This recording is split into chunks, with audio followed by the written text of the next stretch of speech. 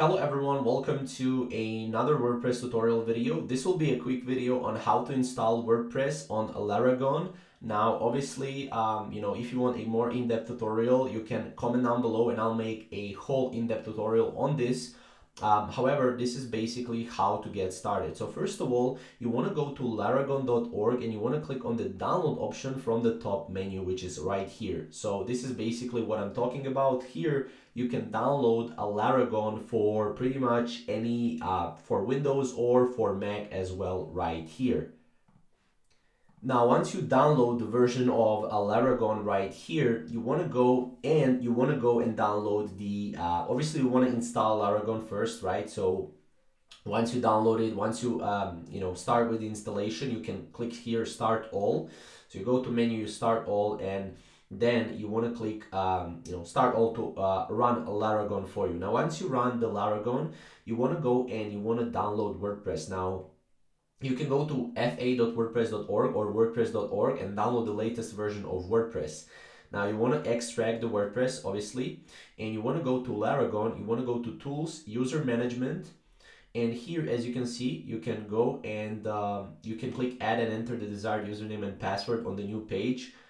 Do not forget to repeat the password in the same section. So just go hit Save. Once you do that, you want to obviously download the PHP-MyAdmin. The solution is to download PHP-MyAdmin. This is if you have an error. So you will see an error with the title that you don't have permission.